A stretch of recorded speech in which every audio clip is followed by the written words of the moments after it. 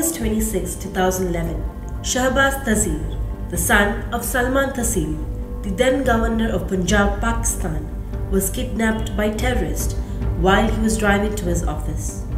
Shahbaz, fondly known as Shabby, suddenly went from being one of the most privileged and protected people in Pakistan to a man in a soiled salwar kameez, living in a tiny room with a bucket for excrement. This was his life for 5 years. He was in captivity, and then he escaped. Small things like when I came back, I couldn't sleep on a bed. So I had to get a bamboo sheet in my mattress, just be comfortable, because a comfortable bed wasn't working for me. Shahbaz spoke to The Week about his book, Lost to the World, a memoir of faith, family, and 5 years in terrorist captivity, and his motivation to pen down his emotions. My kidnapping and my torture and my confinement is something I can confidently say that I have overcome. So I wanted to actually ask you, in some ways, it's been over 10 years, right? Since the kidnapping, Today is 2011, right? Yeah, 2011. So I got kidnapped in 2011. Yeah. So I came back in 2016. So it's been yeah. 12, 13 years since the kidnapping. Yeah. Yeah, since the kidnapping, right? And you narrate with vivid, with vivid accuracy what happened, right? But so can I first start off with how has life changed beyond that? Because you've had time. It's 2016. You got out. You've had time to sort of recover, live with the story, of course. But how has your life changed coming back? Because it must have changed you yourself, right? Yeah, well, my life has changed. I laugh about this, and my family thinks it's quite strange, but small things like when I came back, I couldn't sleep on a bed. It was difficult. So I had to get a bamboo sheet in my mattress, just so I could be comfortable, because a comfortable bed wasn't working for me. Then, I had missed my life and my routine so much. I immediately, because I was waking up at 6:30, 5:30 in the morning, I only need 4 or 5 hours of sleep. So, I was waking up so early in the morning. I was going to work, 8:30, 9, first guy in the office.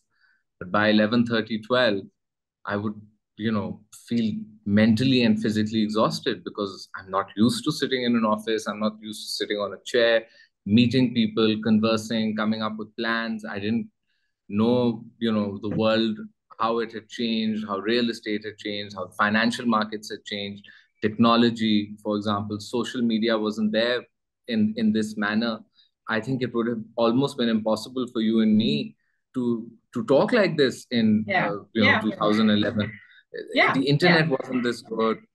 I just had BlackBerry Messenger, which I thought was the coolest thing. And yeah, so everything had changed. It's this funny story, but when I actually escaped from Afghanistan and I made it to Pakistan, to this little restaurant outside of Quetta. Yes. The first thing that I asked for. Yeah. No, before I spoke to my mother, the first thing that I asked for was a payphone. And imagine this poor shopkeeper, he turns around to me and he's like, payphones are obsolete. So you're just, it was the first shock. How do I call my mother? And he just pulled out a mobile phone and he's like, and I was willing to pay 5,000 rupees at that time. And he's like, man, just use it. It's free. And, this is just how the first second of my freedom.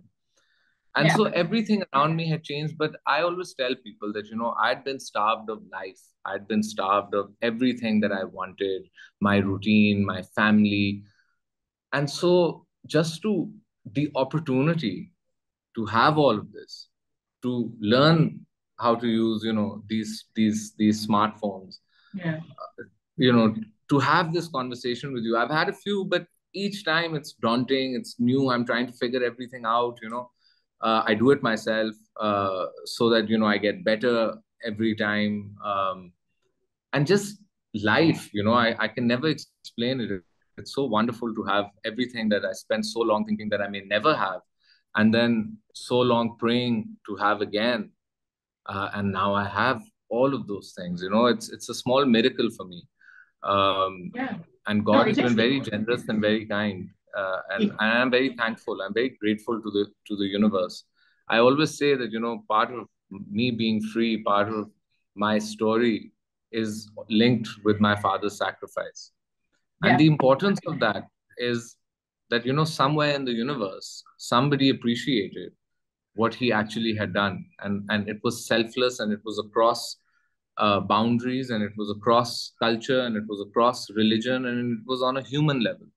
Yeah. It was a universal sacrifice. It wasn't Yeah. for his children, it wasn't for his wife, it wasn't for his businesses. It was It for wasn't even principle. say, yes, it was a principle stand, and it wasn't Yeah. even for someone of his own religion. Yeah. No. It was, No. and he was called an infidel for it, and he Yeah. was called an infidel, but he believed that if you're a good Muslim, and if you're in a position of power, it is your job to protect everyone, and people not of your faith, you have a greater responsibility to protect them. So somewhere in the Yeah. universe, I always say, things worked, and it's no achievement of my own. I think about that a lot. It's I hadn't done anything in my life to deserve such a miracle or such kindness or a second chance, but I have it, Yeah. and I try and make the most of it. But I always, I stay humble, and I try to remember why I have this opportunity. I think part of the story is also about, and I wanted to go, I mean, before I ask you what about what you've written, it's also about faith. I think in some ways, which it's an undercurrent that runs through your story. I don't, I mean, I think the story itself is just so almost unreal that you would see. And I think you you mentioned at the end where you say, which was that Netflix show, Homeland. Sorry, I forgot the last word. Homeland, Yes, yes, you're yes. possibly, I'm possibly the only person I who by hasn't the way seen Homeland. I still refuse to watch that show just in case Okay, something is triggered and suddenly. so So I always so joke with you people. and I are possibly the only people on earth who haven't watched it. I haven't watched it either, Yes. but what my point is that I think in some ways it is almost impossible, right? If you see what is happening on Netflix, if you see OTT, if you see what they see, this would be a story that would possibly seem unreal when you're watching it on a show, thinking, oh my God, this cannot really happen. This is almost impossible. This is not a true story. This belongs in the realm of fiction. It's not it's not real, right? So my point is, in one case, there is that story which is of human triumph, but it's also a story of faith. It's a story of someone who goes from uh, being familiar with the Quran to then reading it and using it to combat fundamentalism in a way that your father did, right? So can you talk a Yeah. little bit about that, about faith and how faith kept you alive? So, something that I always tell people is that I am a cultural Muslim. I was born in a home of Muslims in a country which is largely a Muslim population country, right? So it's the only faith that I affiliate with. It's the only concept of faith that I understand, right? Everyone, each to their own. And by the way, each faith works for the person, Yeah, right? There's yeah, actually a science behind yeah. spirituality and healing and mental calmness, and you can get it from exercise, or you can get it from prayer. And this is cross again religion. Mm, I am culturally a Muslim, so it's mm, my experience. Now you have to understand, started from zero knowledge and an mm, inability to even be able to read the Quran or Urdu mm. as such, because both my Yeah, grandmothers are English. yeah, I also went to a private school in Pakistan where there's yeah, not a lot of emphasis on Urdu or yeah, on yeah, Islamic studies per se. And I yeah, was in an American school to make yeah, those things yeah, even harder. yeah, yeah. And both my parents are, they are very serious business people, and my father has a corporation that we run in Pakistan, and was involved in politics in the later stages. Yeah. So there's that maybe home knowledge as well, which only came say a little bit from my father in terms of you have to say eat prayers with me, or Yeah. trying to make me do this or trying to make me do Yeah. that, but more from my mother, right? And Yeah. that her side of explaining faith is always kindness, Yeah. don't be a Yeah. bad person. You understand? You're a privileged person in South Asia where faith doesn't necessarily impinge on your life. You sort of take it. Exactly. It's what you. It's culturally yours, but it Culture. isn't. It isn't your spirituality or faith or prayers are not necessarily part of your this thing because you've grown up in a certain this thing, which is true for all of South Exactly. Asia, And, right? and I'll tell you another thing about privilege is that when you live in these bubbles, for example, Yeah. and I don't, never mean to disrespect anyone, but they are bubbles that a lot of our parents create for us. It's Yeah. across classes, Yeah. Yeah. right? A father's need to protect his children, Yeah. school, college. These are just things we take for granted. My father sent me to school. My father sent me to college. Across class sometimes. Yeah. So your dependency on faith is also not there. It's just a Yeah. practice. Yeah. Where Yeah. are you in such a tragic situation in your life where you have no human being now? You Yeah. come from a piece of privilege where every time you have a problem, and I know India and Pakistan, we can relate on certain things. Yeah. Like, for example, paying to get out of trouble, knowing people to, make things Yeah. happen for you, Yeah. right? This is our society. It's less so in the Western world, but in our part of the world, it's more, it's something very almost normal. Yeah. So again, where does your faith come in? You're paying Yeah. out of your way, influence Yeah. another way. Yeah. And then for someone like that, I am very lucky because my father has worked very hard in his life so that I come from a place of privilege, which is even more than others. Mm. And then none of that matters. No amount of money matters. No size of house matters. No father's contacts, mother's contacts, your contacts, anything. Whether the prime minister of the country, the president of the country, the chief justice of the country, the chief of army staff of the country, whether the head of the intelligence is helping you, across these insane contacts, they can't even bring you a sock when it's cold, and you break them. Your bubble of privilege breaks. It's not a bubble made out of water or No, it's a chewing gum or difficult something. bubble to break. I totally agree with you. It's like glass almost. It's yeah. your being. It's that I mean the fact I found that your the fact that even as privilege you always have, even if you choose to go beyond privilege, there's still a privilege for you to come back into the safety of your house to sort of recoup and go back. You know what I mean? You lost everything. I mean, there was and that privilege and that life and those amazing things that I had almost became an overwhelming burden. Yeah. I was telling you about how difficult it was to sleep on a bed. Yeah. But I used to think about how difficult it was to learn to sleep on a floor. Yeah. And I remember how painful that was. And I had chains on my hands, and I had never, I remember in one of the first realizations that I had when I was kidnapped was I have no ability to control the temperature in any way. I can't take shade. I can't drink water. I can't put an air conditioner fan. It's not even there. I can't even do this, small thing because my hands are tied. And that realization, I remember when I complained about the bed, I remembered that first day. So I always remind myself as well, where I've also come from, just in case things get hard over here, because you have to always put yourself on a track. Life is difficult. Life is. It's not like I escaped from the Taliban and everything is rosy. It's not. It's very difficult. It's bumpy. There's all kinds of problems. But you have to give yourself that. Even before that, it wasn't as if life was rosy. You just lost your father. I mean, it wasn't as if I mean, it wasn't as if you were, this was your hardest lesson to learn. You had lost your father in an incredibly brutal act. So, it wasn't as if you were living I in always say this. Yeah. Something I always tell people that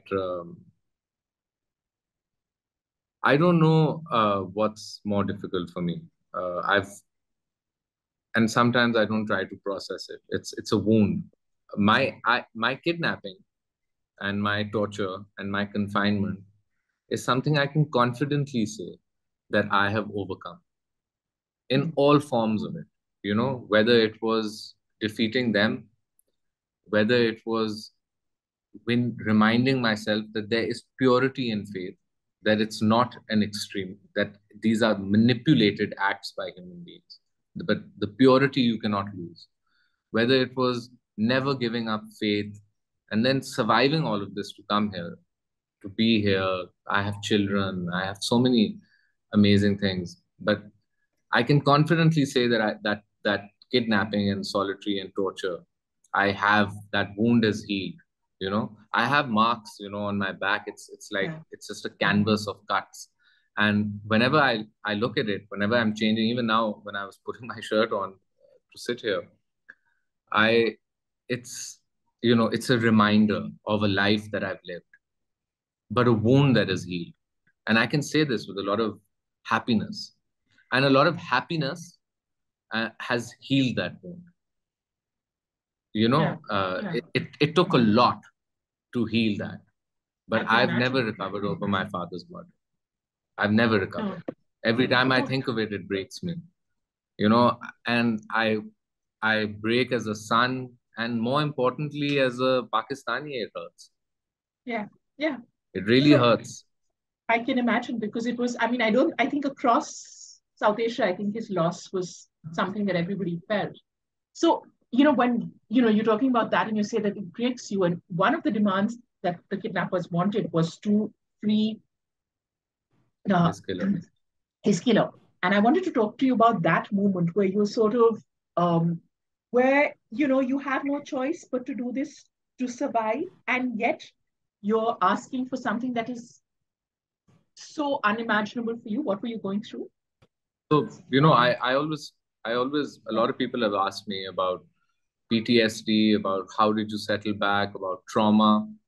And Mm. I've always tried to explain one thing to them, that one of the reasons that I'm okay and one of the reasons that I'm happy and that I strive for better things in my life is because that man didn't walk to his freedom so that I could have whatever people would think is mine. I would be a broken man.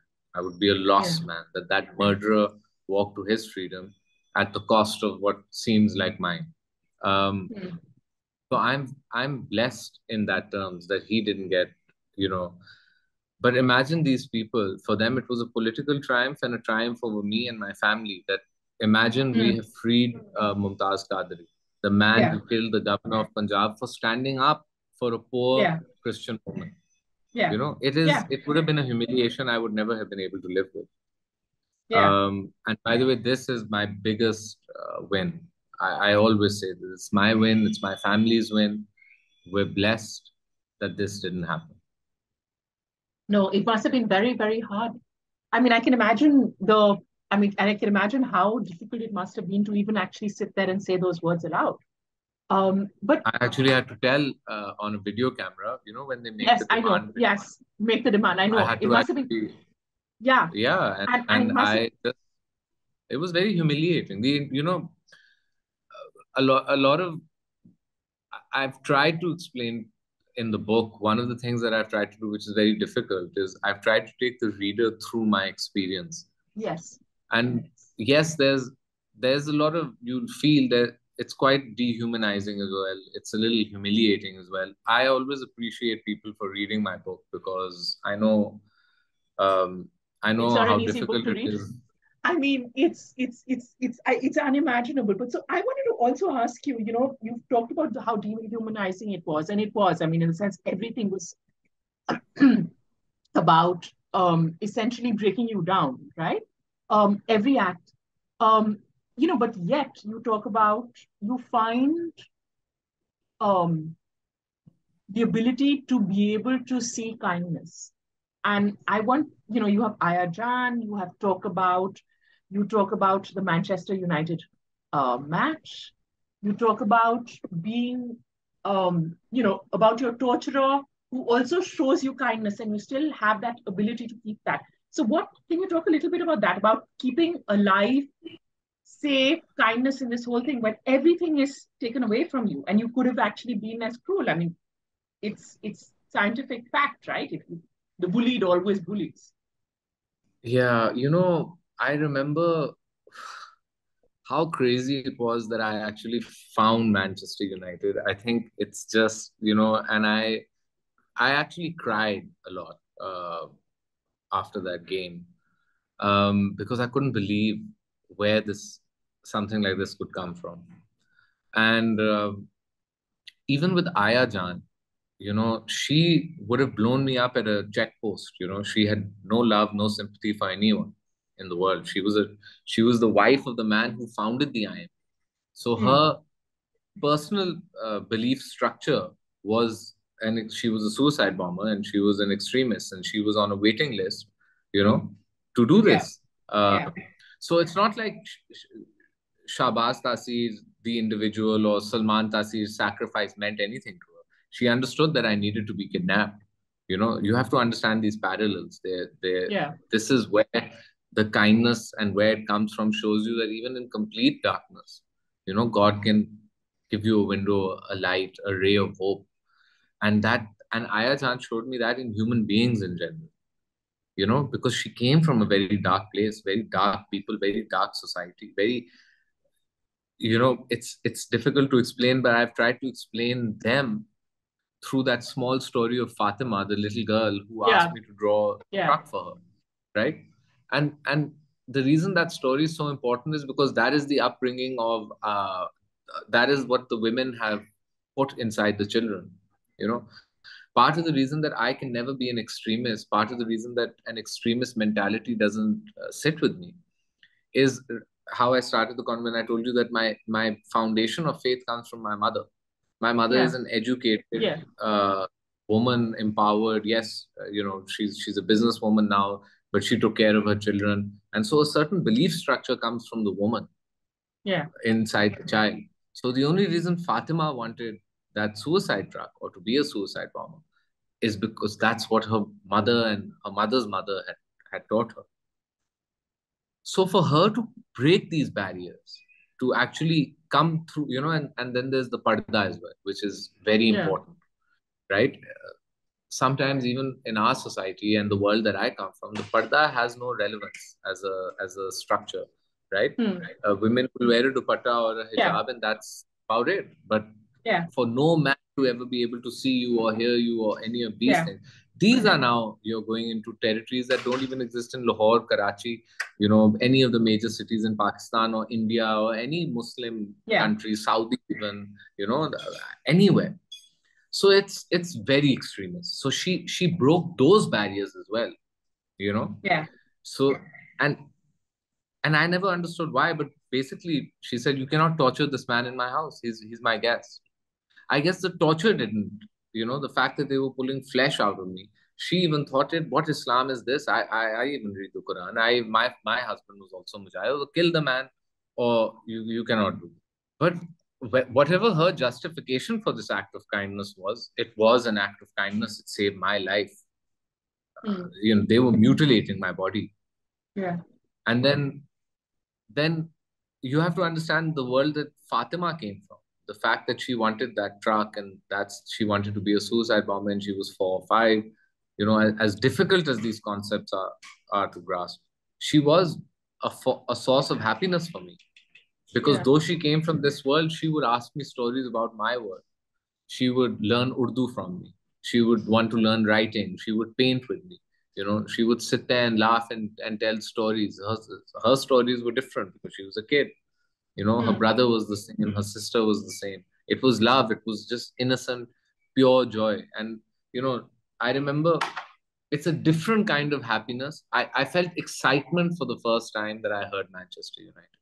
I had forgotten what excitement was, you know, yeah, but I felt happiness. I smiled the first time that child did something, and I had yeah. forgotten what smile was.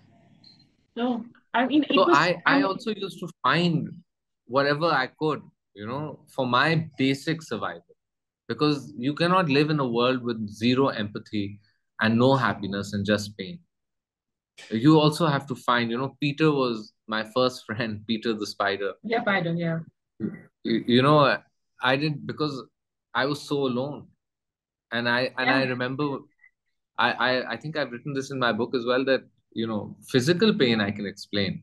I can explain all forms of torture to you. It's difficult, but I can explain it with incidents from here, like, you know, when they carved my back open. I'm sure everybody has yeah, slipped and cut on glass or broken or yeah, some, you've got cuts. You can understand that pain. Uh, Being buried alive is a bit difficult to explain, yeah, having your mouth. But my brother always gets very like he can't take it when I talk about my nails being pulled out. But he was a football player, so I always remind him. 3 or 4 times I've taken him to the hospital to have his toenail pulled out because it was broken, right? So there's all ways that but loneliness and just being so alone. I've never been. I never wouldn't even wish it on my worst enemy. And I always tell people it's such a lonely and dark place. It's like a hole, black hole, and it just pulls you in, and you can't climb out because it's just. And you have to find something, you know. Even when your memory and your love and your all your happiness becomes an overwhelming burden for you, you can't let it go. I remember I shut my family and a lot of people out because I couldn't remember their voices. I couldn't remember their faces, and I used to cry. It used to hurt me. Sometimes it would build resentment that, maybe they're happy, maybe they're married, maybe they're this, maybe they're that. And the maybe would drive me crazy. yeah, But I couldn't let their faces and their voices go, even as difficult as it became, because then I would be letting myself go. I would, yeah, and something about that I learned from my faith, and it was at a very dark period. I was wanted to take my life. I had given up the demand. I knew the demand. I was in solitary. I was being horrifically tortured, and I wanted to take my life, and I thought, and I couldn't, and I felt like a coward because I thought that, I'm willing to live in this degraded yeah, state, in this state of constant humiliation, and be just dehumanized in a way that when I look at my face in the mirror, I don't even know who I'm seeing. It just mm, makes no sense. I cannot, understand who this person is, and I would just start crying because this face that I saw made no sense to me. The person looking at it couldn't digest what he was looking at. Um, and it became, very difficult. And I read this very painful thing actually, and it said that to give up hope is to give up on God, is to be an infidel. And I thought, wow, here you are at the yeah, crossroads of your life, and suddenly you can't even be hopeless. I mean, if you can't be hopeless in this situation, then when can you be hopeless? Look at this darkness that I've been, and it's not even a darkness that I've created. It's these people are doing this to me. And then I understood what that meant, what that line from the Quran meant. And what it meant was that you can never give up hope, because it would mean that you've given up on the miracle of God, the like, power of His yeah, miracle. And yeah, who are you? You're just a ordinary creation. You know, your entire role in life is to pray to us and, expect our mercy and this. And now in your darkest time, when you're all by yourself, you can't even do it. You're willing to give up, these bubbles of privileges and these, that's what they cause, the state of wanting to give up because it's all gone. And that's when I realized that I don't want to give up. It's not a situation that I've created. It's not a darkness that I've created either. I started rapping and doing stand-up comedy, and the Manu games helped. And, you know, I was droned and I moved in with the family, and I always saw the positive in it, and I sometimes laugh. I was speaking at Cambridge with these wonderful students, and they were all amazing. And they kept asking me, how do you laugh about this? How do you make people find mm, humor in your story? So I said, I'm very grateful to the Taliban, Because if it wasn't for them, we all wouldn't be here having this conversation. You always have to give your preps.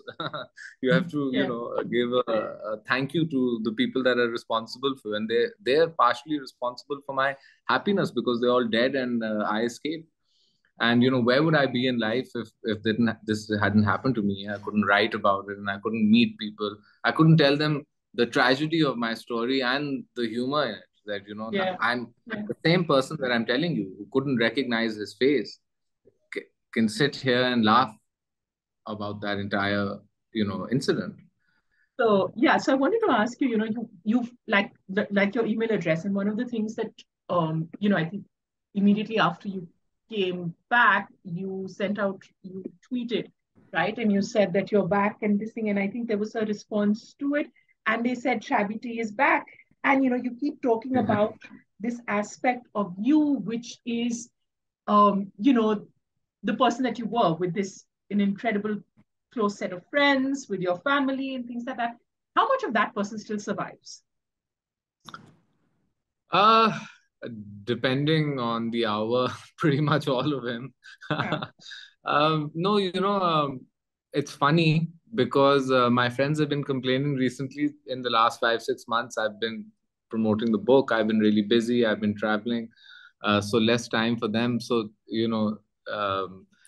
yeah, but he is like, it's the very free me, the happy me in my happy place. If you have a nickname per se, it's all given to you by loved ones usually, and so it means you're in an environment or a place where there's happiness, and it's a safe place. And Yeah, when I'm with my friends, and I make sure I'm with them a lot. My wife, my kids, my mom. It's our relationship is very frank and loving, and so then that's where shy. Although they've all stopped calling me shy, just my brother, my sister call me Shabby now, and my friends. My wife is very Shahbaz because of the kids. Yeah. But I really missed him. I always try to say I have multiple personalities. There's Shahbaz Taseer, the guy who has Yeah. to work and sell the book. Yeah. And then there's, that unfortunate G Bhai, Ahmed, Yusuf, Yeah. Britannia. Yeah. And then my happy side, the Mm. the the one that I look forward to as soon as Friday hits. You've had a long week. I Yeah. was just at the Man United game, and four or Yeah. five of us were screaming Shabby. They were screaming Shabby's back, Shabby's back, Yeah. and they, United were in a penalty shootout. Yeah. Yeah. So, one of the most beautiful things about life for me right now is having these things. Mm. Is having Yeah. these amazing moments again, being able to have moments. There was a long time that I thought maybe all the memories that I have, that hard drive is complete. There's Yeah. nothing more that's going to be added on. And so the fact that there's so many amazing things that are happening, that have happened. This book also is such an amazing thing for me because I never thought that A, I'd write a book, and then B, I never thought that I'd ever be able to articulate my experience Yeah. Yeah. to people.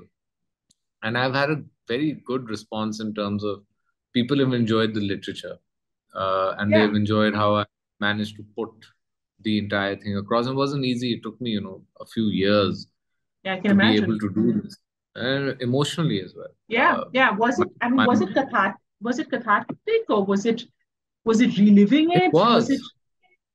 It wasn't. It's the reliving part of it was difficult for my family that I had to run back each paragraph with. Yeah.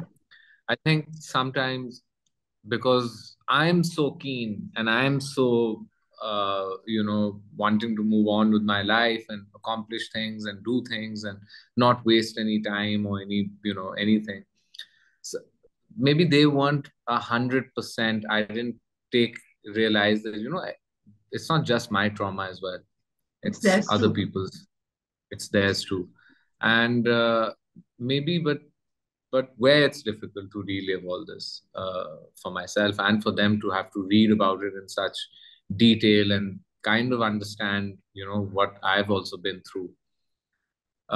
We all agreed that Abbas chapter was the hardest. That's why even when Yeah. I said this is the hardest chapter that I've had to write, so that you Yeah. actually understand that wound that I was talking about. So whereas, the book gave me a lot of closure, and for me, it's another triumph over them. Um, Yeah. I not only did they, I always thought that I'd be lost, which is why the book is called Lost to the World. I always Yeah. thought that Yeah. whatever my struggle, sometimes when I would stand up to them, when I would counter them with my arguments, I always thought some of those great moments would be lost. Yeah. There's this very funny joke. I don't know if it's in the book, but I've been telling it a lot that, once my kidnapper came and he asked me where the most beautiful women in the world are. And I thought it's a trick question. So didn't know what to say. And I said, I don't want to answer this. And he said, no, no, no, tell me. So I said, Brazil. And he said, no, Yeah. that's too far. Yeah. Tell me somewhere closer. So I said, Iran, maybe. And he said, oh, no, no, no, Kafirs. And Mm. so I don't know where to go. It's very scary for a militant to be asking these Yeah. questions. So I said Italy. Yeah. And he said, yes. And then he went off Yes. into his own Yes. dimension. I And think he you said, say that in the book. It is there in the book. so he says, when I conquer Italy and I will make the Vatican my personal harem Yes. and enslave their women. And then when we were being bombed out many years later, he said this to me and I couldn't believe, I've been to the Vatican.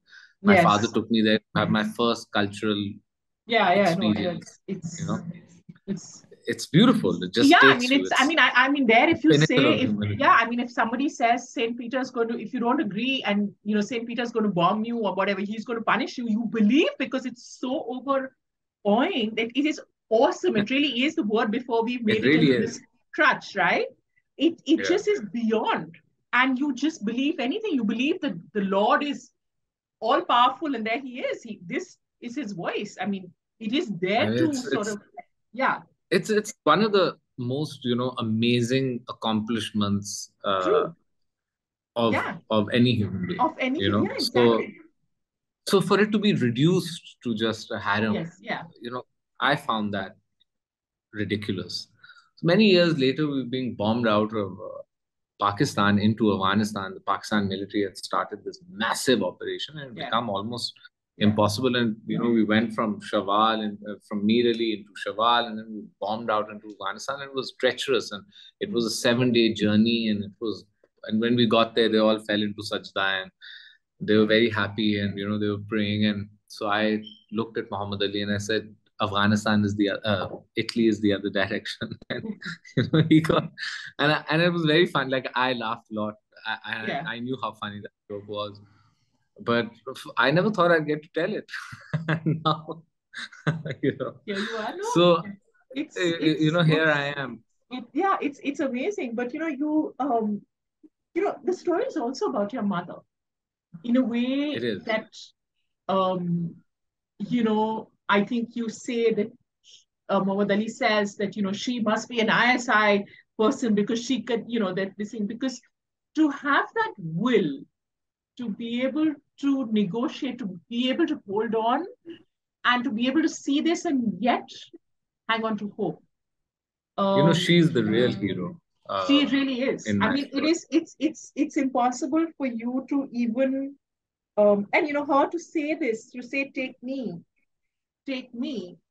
and continue to hold on, to continue to not break down. I mean, that's amazing, right? But she gets it. I almost feel bad because it's something that is very difficult for me. I know that whatever happened to me, I can recover from it because I've been through it. Yeah. But when I was going through it, when I was being videotaped, I knew when I say humiliating and dehumanizing, maybe if it was just between me and them, it's something that would have been easier for me to recover. But the fact that they filmed it and they sent it to this woman, made her watch every second of it. and the fact that she's okay today and that she's still the same woman, and but it's a burden as a son, it's, you don't want this for your mother, and you're a mother of two boys, as you were saying. Yeah. You protect them, and you want ice cream sandwiches and just happiness. And to be reduced to this is for any mother. I don't know. I always think, I don't know. It's difficult to say this, but I'm glad Abba never watched this. I don't know how he would Yeah. have had to deal with it or process it as a human being. He was a great man, and he did great things in life. And this is demoralizing to to not be able to protect your child. It makes a lot of your accomplishments feel weak. My mother told me that once, that when Yeah. I used to watch videos, I felt, the home that I live in and the life that we built and everything that we did while I was watching you, it's just nothing. It was so empty. And and and so it's something I is very difficult. But I think when she sees me happy, when she sees me enthusiastic about life, motivated about work, she sees my children, my family, it does give, you can give peace to each other. We are Yeah. two people who were really, she also went through this with my father. Yeah. He was Yeah. put in Yeah. solitary confinement. Yeah. He was Confinement. tortured Yes. Yes. for And years. what are you made of? Yeah. He sent her that note. Yeah. And that's why the first chance that I got, I thought it was so important to just tell her that, and I don't know if I could give her any consolation, but even though I said these words to her, and I told her the first time I spoke to her, I said, don't watch any videos that they send you, and I love you and I'll be with my father. And it wasn't something, and I tried to tell her that I'm happy. I'm in this world with you and in the next world with him. I'm in both places. I'm happy. Don't you worry about me. Don't watch what they send.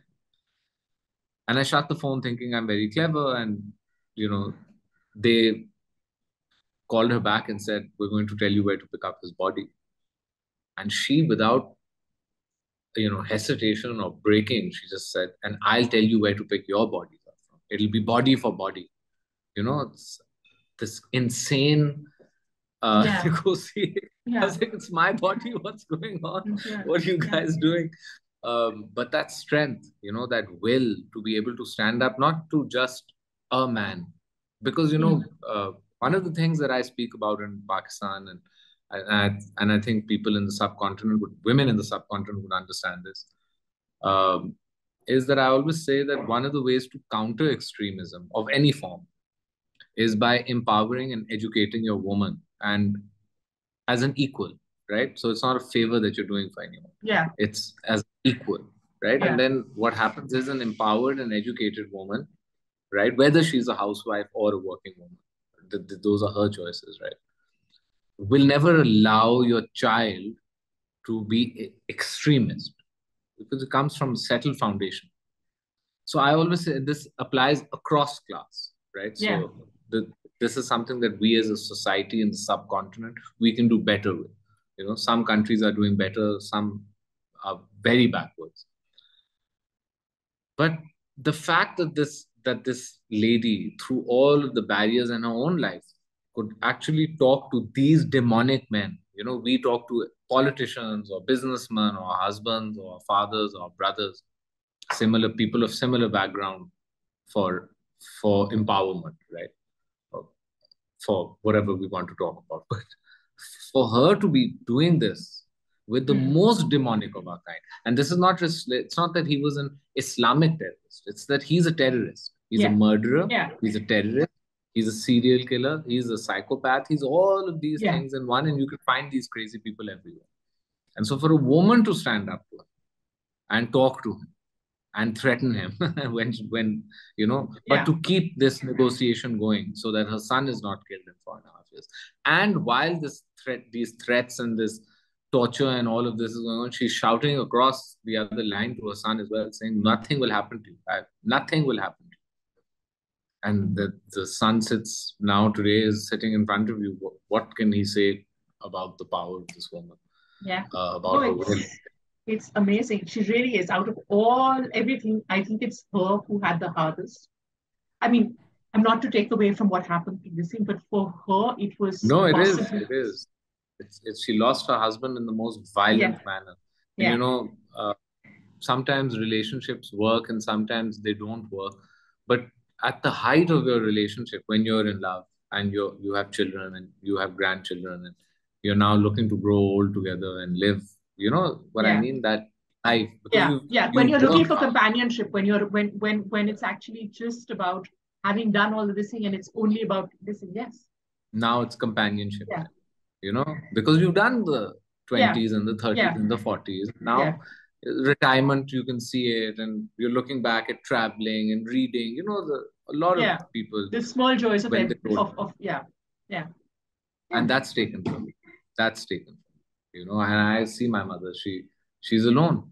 She's got her children and she's got her grandchildren, but she's lost a lot of people that meant everything to her, yeah. I can and she's imagine. been very graceful and very poised, and this resonates. It has Yeah. always with her children. You'll find those qualities of my father. He had an undying will and resolve. And Mm. I remember when I said it as well, I'm not going to die. And I found this strength that I never want to find again. And you know but but I also found dignity and respect while I was there, and I know why I fought for those things. I know where Yeah. that came from. No. I knew when they were preaching this very militant and extremist Islam. I knew where they were wrong. And I knew it from what my mother had taught me as a child. No, So, I always it's say that the real hero is my father. He was heroic. He knew what was going to happen if he backed down, and he didn't. And he said just a few days before he died, he said, I will not back down, even if I'm the last man standing. And that's what a hero does. And then what my mother had to go through in the face of his murder, in my abduction, in the dealing with my kidnappers, in the years that my father had his political ambitions and he was fighting against a dictator. That was brave. She is brave. yeah. She's A lot of possibly the bravest because what yeah, happens to you, you live with, right? But what to you have the live with. courage to actually be able to back somebody, knowing that you are living with the consequences, is a different kind of bravery. It only It's comes from very. this. I'm also, by the way, as happy as I am that Mumtaz Qadri never walked that line, and that I have my sanity and my Yeah, happiness because of it. I have an opportunity to be happy, and I'm sane because that line wasn't crossed. In the same manner, I'm so glad that, as a son, that my mother didn't have to bury me. It's a yeah. burden that no. No. And I had this beautiful friend. Her name was Fatima, and she was a very famous chef, and she's written a fantastic book as well called Savor. And actually, the book was written by her mother and her brother because she got cancer and she passed away. And it's a beautiful book about her recipes. And she was on America's Top Chef, and she finished second, and she won the People's Vote. And she did all this while battling cancer. And I was at this literary festival where I spoke Uh-huh. first, and I saw my family sitting in the front line. It was quite nice, and an achievement for me, and I felt great. I saw my mother crying a few times. I saw my wife, my brother, my kids, everybody a little emotional sometimes. My story is a bit like a wave. And then went for Fatima's talk, and I saw her mother and her brother tell her story, and they broke down a few times. And you notice with me, I don't break down when I tell my story. I have a sense of triumph over my story. And when I saw them crying, I cried. And my wife, who was sitting next to me, she said, I've never seen you cry. What? Why did you cry? And I said, because for the first time in my life, I realized how grateful I am that my mother didn't have to tell my story. Mm. And how difficult that is for me, and how grateful I am as a son that I get emotional sometimes as well, but it's something that I'm very grateful for. No, And I can imagine. But I wanted to ask you one last question. One, that it has changed you as a person. You have learned the thing. But how has this changed your relationship? How is this made? How has this changed you as a parent? Because you've seen not a bearable parent. It's a nightmare for what this thing. I mean, just no, I don't know. I'm not worried about my kids in that way. I don't know if that's they're very small right now. But the one thing that it does is that I wish I can be half the parent that my parents were, to me. Because I think because they're very young, I have two children, third on the way, but they're very young. But as they grow older and they'll realize life is difficult and there are obstacles and no bubble of privilege, no amount of love, is enough. Life is a road and a bumpy road. But I hope they can learn from their grandfather, from their grandmother, grace and working hard to achieve, your goal and your conviction. And then maybe they can learn some dignity from their father's experience as well. That regardless of how hard, life can throw a curveball at you, you continue to live in a dignified manner. And also, one of the important things that I always do is I make sure I tell people about my father's, why he died. He was protecting an innocent woman who was falsely accused of blasphemy by a very draconian law in this country. And, across borders, India, Pakistan, the US, England, anywhere that you live, all laws are there to uplift people. They're not there to destroy and ruin your life. And so it's very important that I speak about his struggle, what he stood for, what he died for, and these laws that still exist. So I hope my children can learn a little bit about that. And I never want my father to be the last man standing. He said, I'll fight till I'm the last man standing. So I don't want that fight to stop till these laws are changed. Thank you so much. That was wonderful. It really was. And all the best for the book. No, and you're very kind, and thank you for going through it. I know it's not an easy book. I'm glad that you enjoyed it, and that's what I wanted. I think it's written beautifully, and I think really, thank you so much. I'm going to find an audience, and now that you can hear the show, and we will be in touch. Yeah, we will. Yes. Yes. Thank you. Thank you.